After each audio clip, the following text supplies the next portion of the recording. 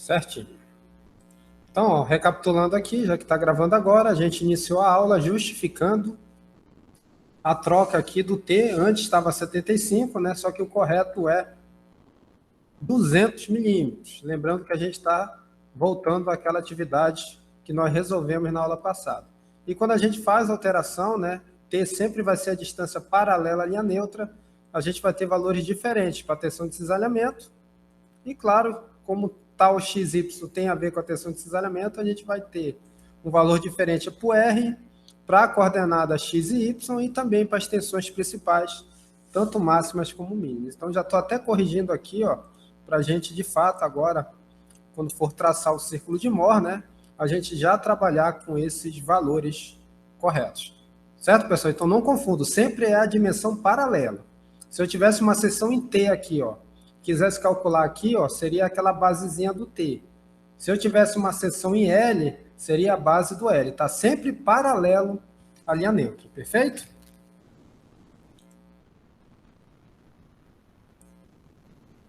Ok.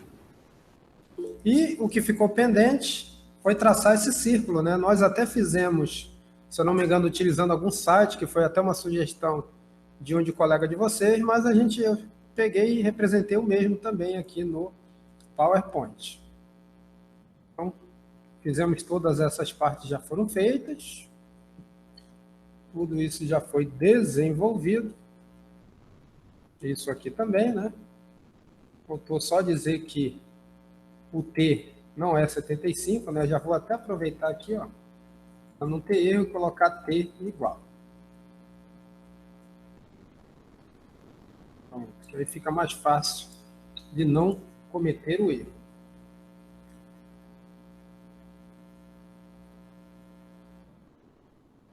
E claro que ficou pendente foi exatamente plotar o círculo de Mohr, né? Lembrando que a gente tem esse elemento, né? Ele só vai ter tensão na direção X, que é uma tensão de tração, vai ter tensão de cisalhamento, só não vai ter tensão normal na direção Y, conforme a gente viu. E já fazendo a correção dos valores, né? A tensão na direção X é positiva, igual a 1.095 MPa. Basta voltar aqui para o MathCAD, que a gente vai observar isso, né? Aqui, ó. E a de cisalhamento, ela é negativa, por isso que ela está invertida aqui na apresentação, né? Da direita para a esquerda, 0,155. Exatamente o que a gente está vendo aí. E vamos traçar o gráfico, né? Primeiramente, a gente vai traçar o eixo, né? Tau e sigma. Vamos achar o centro do círculo, que é a tensão média, né?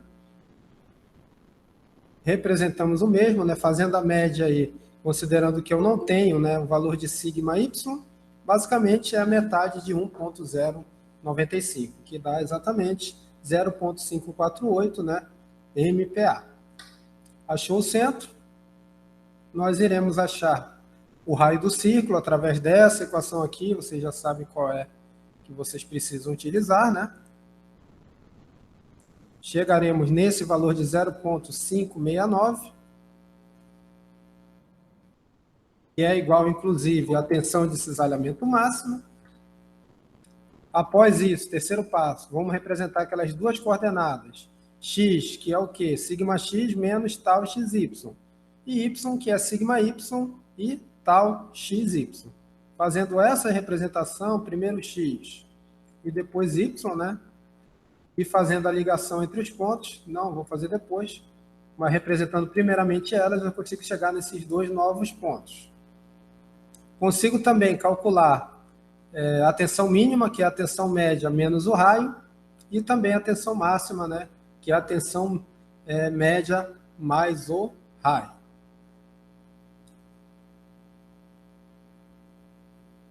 E aí sim, agora traçando uma linha que vai passar pelos pontos X e Y, claro que passando pelo centro, eu consigo chegar na orientação principal, né? Lembrando que graficamente a gente obtém não θp, mas 2 θp. E claro, o passo final é que a gente possa traçar esse círculo de Mohr. Por fim, né, pessoal, para representar de uma forma mais esquemática essa direção, eu posso novamente fazer a representação dentro desse estado de tensão, já no eixo principal de um outro elemento, né? Os eixos principais são esses que estão em azul. E claro, eu sei que esse ângulo aqui vai ser θp, que eu já conheço até o seu valor, né? Nós obtivemos, no caso da questão, o valor de 7,919, 7,919 graus. Esse ângulo lá que você consegue obter e representar aqui no seu círculo de Mohr. Se for o caso, representar o plano, e foi pedido, se eu não estiver enganado na questão, referente ao cisalhamento máximo, o que você vai fazer? Vai pegar o seu eixo principal, ó, e vai traçar uma reta a 45 graus do mesmo. Tá? E isso representa exatamente o plano onde eu vou ter a tensão de cisalhamento máximo, que inclusive o valor você já sabe que é igual ao raio, que nesse caso aqui foi 0,569 megapascal. Ok, pessoal? Com relação ao traçado, acho que já fizemos aí umas 2, 3 ou até 4 atividades para a gente exercitar a questão do círculo de Mohr. Alguma dúvida?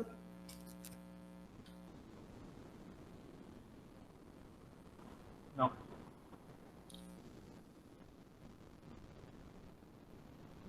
Falamos desses casos particulares, tá? Vou passar rápido, porque a gente já discutiu na última aula.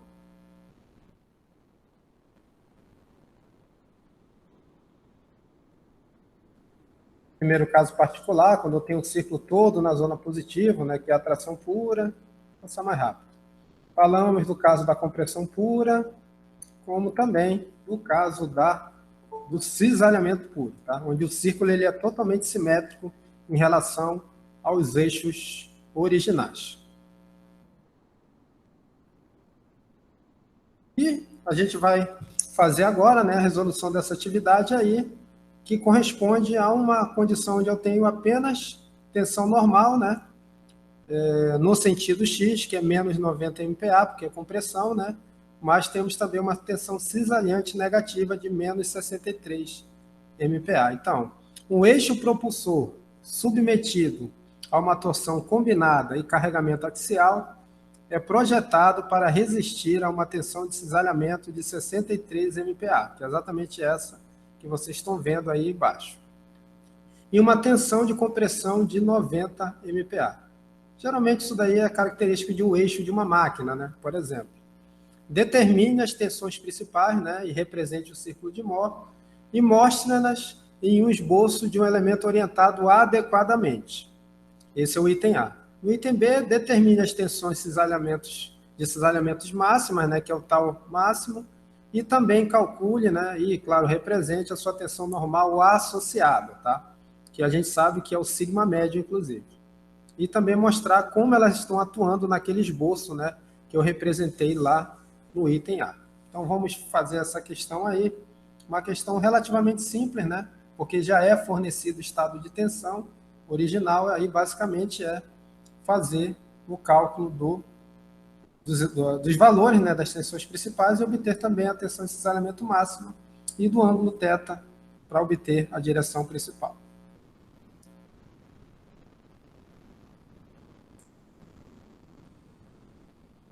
Então, já são dados aqui, né? Na verdade, já está até resolvida, né? Está até mais fácil que eu esqueci de tirar os valores aqui. Mas vamos acompanhar, tá? Ó. Sigma x, 90, porque é compressão, y não tem, tal xy menos 63. Lembre que quando eu tiver para esse, considerando essa convenção, né, que a nossa convenção é positiva para o lado direito, né, como ela está para cá, eu tenho que adotar o valor negativo. Meu professor, acho que tem alguns colegas pedindo permissão para entrar. Estão presos? Entraram. Só é clicar na tela. Certo? Então, ó, temos os valores, pessoal, novamente, primeiro passo. Aí virou um repeteco, né? Não tem mais nada diferente a fazer, que é obter, primeiramente, a tensão média, né? Ele já está considerando aqui o valor de sigma x e sigma y, dá negativa porque sigma x é negativo, né? E aí, claro que a metade de 45, já que sigma y é igual a zero, vai dar, aliás, a metade de 90 vai dar menos 45 MPa. Já encontrei o centro do meu círculo. Próximo passo, obter o raio. Novamente, uma equação conhecida. E estamos obtendo aqui o valor de 77,42 MPa. Próximo passo, que é o terceiro, obter as coordenadas do ponto X e Y, né, que farão parte da minha circunferência.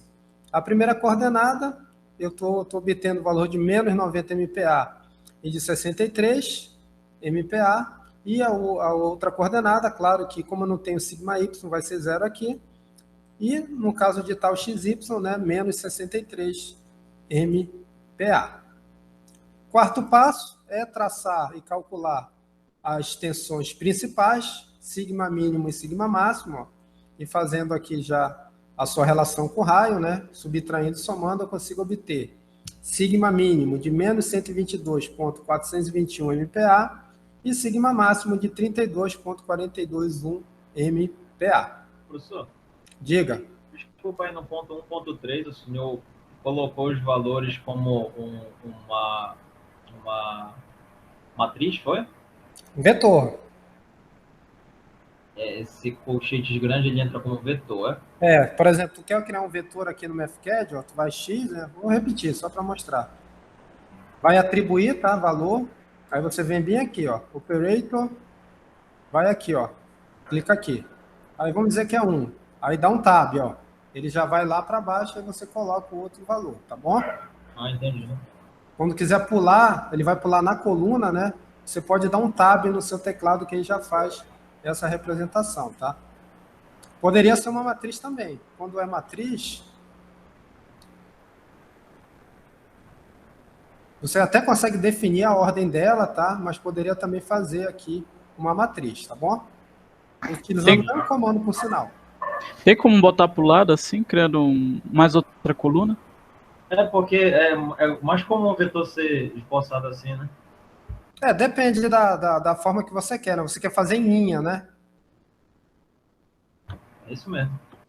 Deixa eu ver se eu lembro como é que é. Vou fazer um teste aqui.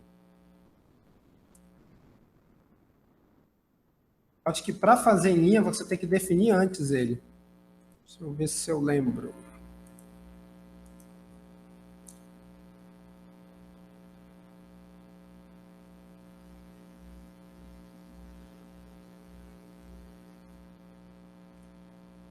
Coluna.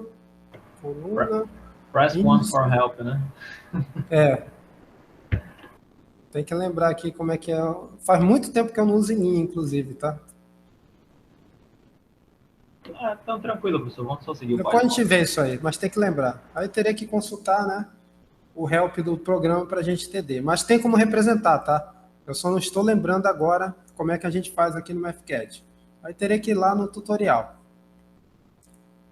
Para ver o tutorial, tá, pessoal?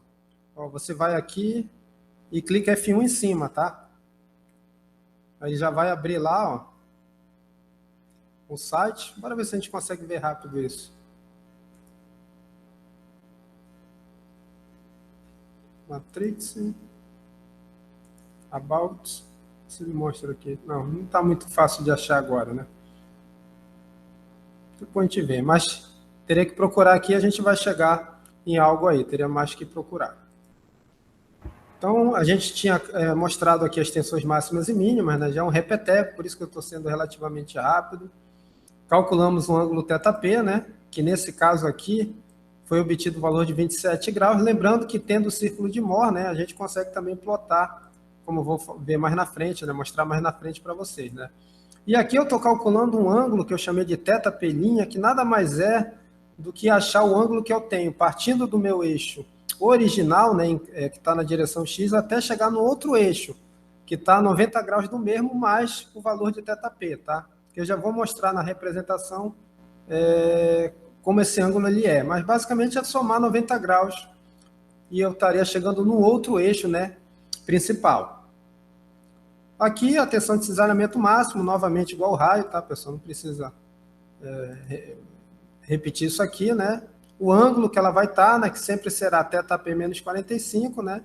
E considerando o outro eixo, né, que está θ'P, θP', aliás, basicamente você faz a mesma coisa, só que utiliza θP', menos 45 e vai obter esse 72,23 graus, tá? Isso daqui seria um ângulo em relação ao outro eixo principal. A gente vai ter um eixo aqui e vai ter o outro ortogonal. Então, esse ângulo θc' em relação a esse outro que está 90 graus do meu eixo principal, tá? E a tensão máxima correspondente, como eu falei na aula passada, ela é sempre igual à tensão média, tá? Não tem nada a ver com aquele sigma x', que eu tinha até feito de forma errada numa das primeiras aulas. É sempre igual à tensão média. Tensão normal correspondente à tensão de cisalhamento que eu tenho, máxima, tá? E indo para o círculo de Mohr e plotando isso, pessoal, ó, exatamente isso aqui, ó. Estou repetindo aquele elemento, novamente o eixo, né, centro do círculo, menos 45 conforme a gente viu, né, o raio, que deu 77,42 MPa, os pontos x e y, né? Novamente as tensões principais, que nós já mostramos lá os valores, já estou representando apenas no plano original. E aqui eu estou traçando aquela reta que vai, inclusive, me dar a opção de calcular graficamente θp. Tá? E a orientação eu consigo representar, né? E esse ângulo aqui é exatamente aquele que eu mostrei para vocês de 127, se eu não estiver enganado, 147. Já vamos ver, tá? Traçando o círculo aqui. E agora sim, fazendo a representação desse elemento, eu consigo ver que esse ângulo θp é 27,23 graus. E esse outro ângulo, né, é 117, tá? Tinha confundido. Que é exatamente o que a gente calculou lá. É exatamente esse ângulo que eu vou, ó, pegar a θp e somar 90 graus para chegar no outro eixo principal, né? Esse é o primeiro eixo principal, mas eu tenho um a 90 graus na outra direção. Então, isso daqui seria a orientação do outro eixo. E, claro, se eu quiser avaliar a tensão de cisalhamento, né, representar mesmo, ó, e a normal correspondente, novamente fazendo a relação com os eixos principais, eu teria a 45 graus desse eixo, a tensão de cisalhamento máximo. Se eu quisesse calcular esse ângulo aqui, que é a diferença do eixo original para o meu eixo de cisalhamento máximo, basta subtrair θp menos 45 e eu vou obter esse valor. Alguém chamou no chat? Ou tem gente presa? Gente querendo entrar. Pronto, já entrou. Certo, pessoal? Com relação a traçar o círculo, tá? Aqui vocês já notaram que a gente está traçando de uma forma de escala meio visual, né? Não tem nenhuma regra, não tem, né? A gente não tem convicção que tudo está em escala. Vai meio no sentimento, porque a gente tenta pegar. Isso aqui é 32, para cá tem que ser um valor maior. Então a gente tenta traçar isso daqui utilizando a nossa escala mental, literalmente, né? Porque não tem referência no PowerPoint, né? Mas eu até encontrei uma ferramenta que eu estou até usando, né, para testar, que é essa daqui, ó. Não sei se vocês conhecem esse site, Sou Exatas, né? Foi aí em português que eu encontrei mais razoável para fazer a plotagem do círculo de Mohr. Na minha época, eu lembro que tinha uns programas, né? Tinha até um lá que era da mesma galera que desenvolveu o F2, né? Que era o E-Mohr, só que ele não está mais disponível. Não sei o que ocorreu, acho que o pessoal desistiu. Mas essa planilha, né, vocês podem entrar nesse site aí, Sou Exatas, tá? Ela vem bloqueada, mas você depois consegue desbloquear. Entrando com os valores, que nesse caso foram quais? Se eu não me engano, foi menos 90, né? Já entra em MPa, tá? Aqui foi 0 e aqui foi menos 63, tá? Ele já vai plotar o círculo. Pelo menos você consegue visualizar ele numa escala melhor, né, do que aquela que nós estávamos utilizando no PowerPoint, tá? Mas tem várias formas. Eu vi que o pessoal já traça em CAD também, tá? Essa questão de traçar, no caso de vocês, né, principalmente com relação à atividade avaliativa, fica a critério, tá? Mas é importante que vocês desenvolvam os cálculos. Aqui eles já são valores automáticos, porque vocês já têm a fórmula no Excel, mas no caso de vocês, vocês vão precisar literalmente desenvolver. Ok, pessoal? Beleza.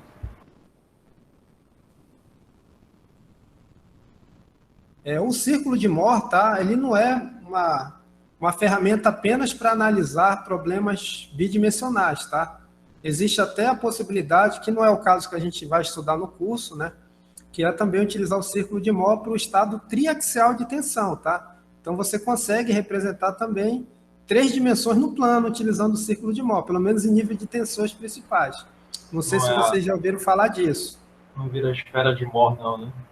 Mas não faz parte da nossa ementa, tá? Isso daí vocês é mais na frente, isso aí não tem a ver com a questão que a gente vai agora estudar, tá? O nosso é mais básico. Na verdade, eu acho que a gente avançou até um pouco mais, porque a ideia não era nem chegar a trabalhar tanto com o círculo de Mohr, né? Era mais avaliar tensões normais, cisalhantes, de uma forma mais direta. Mas é bom que vocês já tenham contato com o círculo, né?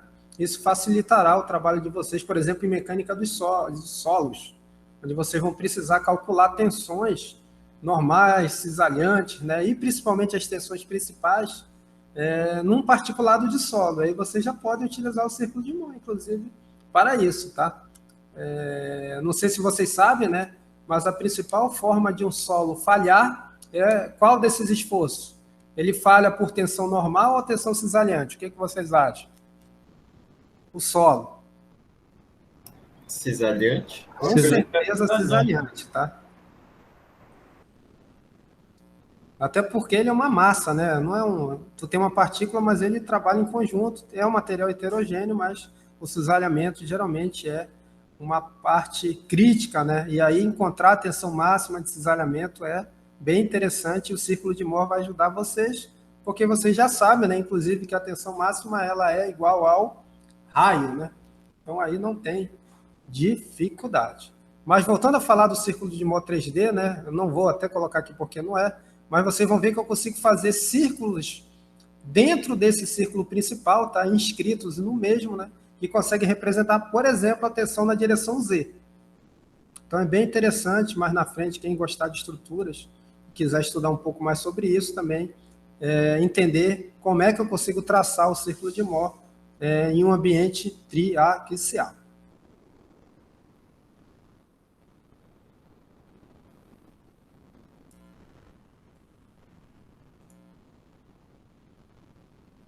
Já fechamos.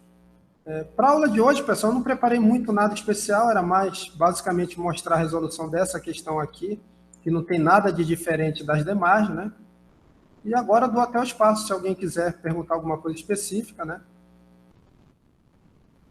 A gente pode